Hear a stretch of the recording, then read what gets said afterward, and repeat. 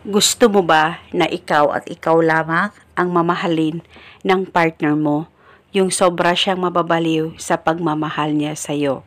Kahit okay naman kayong dalawa, ay mas mainam na gawin itong ritual para mas lalong mapapamahal ang partner mo sa'yo. Basta gawin ito sa mabuti at hilingin ng buong puso.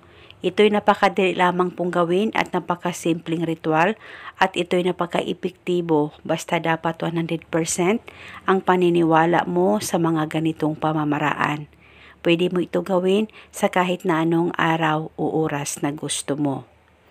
Ang gagawin mo lamang ay kumuha ka ng garapon, lagyan mo ito ng kalahating asin.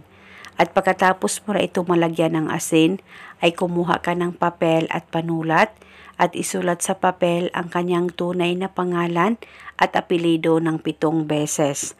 Dapat alam mo ang tunay na pangalan ng target nang sa ganon mapadali po ang talab nito.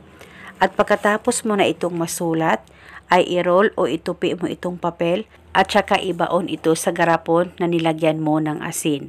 At pagkatapos mo na itong mabaon, ay hawakan saglit ang ritual, ilapit sa baba mo at pakaisipin mo ng mabuti ang target at ibulong mo ang mga salitang ito.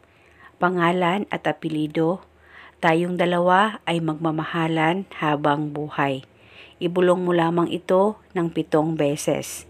At pagkatapos, pwede mong takpan ang ritual kung may pataki po kayo at pwedeng wala, depende po sa inyo. Basta itago ito sa safe na walang makakakita at makakaalam. Itago ito hanggang kailan mo gusto. At paniguradong sobrang mababaliw sa pagmamahal ang partner mo sa'yo. At ito muna sa ngayon, maraming salamat po sa panonood. May God bless us all.